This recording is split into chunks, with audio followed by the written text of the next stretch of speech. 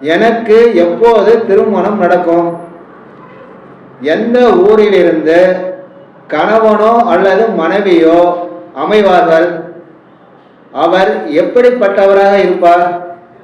அவரின் பெயர் என்னவாக இருக்கும்? பருவ வயதை அடைந்த ஆண்களும் பெண்களும் அவர்களை பெற்ற பெற்றோர்களும் நினைக்காத நாளில்லை என சொல்றேன்.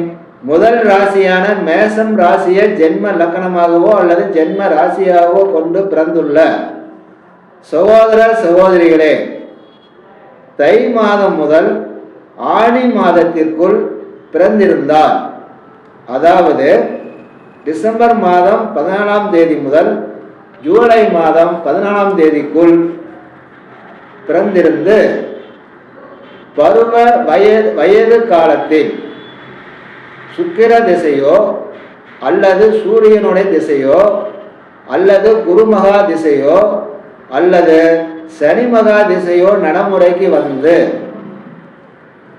அதில் சுக்கிர புத்தி அல்லது சூரியனோட புத்தி அல்லது செவ்வாயோட புத்தி அல்லது குருவோட புத்தி அல்லது சனியோட புத்தி காலம் வரும்போது, இதே காலகட்டத்தில் கோச்சார குரு உங்களின் பிறப்பு ஜாதகத்தில் நவாம்ச ராசியில், ராசி கட்டத்தில் இல்லை, நவாம்ச ராசி கட்டத்தில் சுக்கிரன் எங்கு அமர்ந்துள்ளாரோ அந்த ராசியில் குரு வந்து அமரும் பொழுது நிச்சயம் அந்த வருடம் திருமணம் நடக்கும். அல்லது நவாம்ச ராசி கட்டத்தில் சுக்கிரன் அமர்ந்திருக்கும் அல்லது செவ்வாய் அமர்ந்திருக்கும் ராசியிலிருந்து வலது புறமாக எண்ணி வந்தீங்கன்னா 5வது இடம் அல்லது 9வது இடத்தில் கோச்சார குரு வந்து அமரும் பொழுது அந்த வருடத்தில் திருமணம் நடக்கும். எந்த மாதத்தில் திருமணம் நடக்கும்? வைகாசி, ஆவணி, மாசி மாதங்களில் ஒன்றில் திருமணம் கூடும். திருமணம் எந்த நட்சத்திரத்தில் நடக்கும்?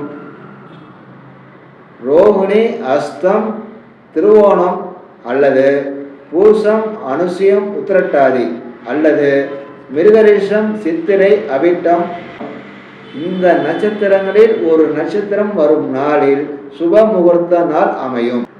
சரி நண்பர்களே, உங்களுக்கு வரும் கணவனோ அல்லது மனைவியோ அவரின் பெயரின் முதல் எழுத்து என்னவாக இருக்கும்? அதாவது PMRTT இந்த எழுத்துகளில் ஒன்றில் அவர் பெயரின் முதல் எழுத்து நிச்சயம் இருக்கும்.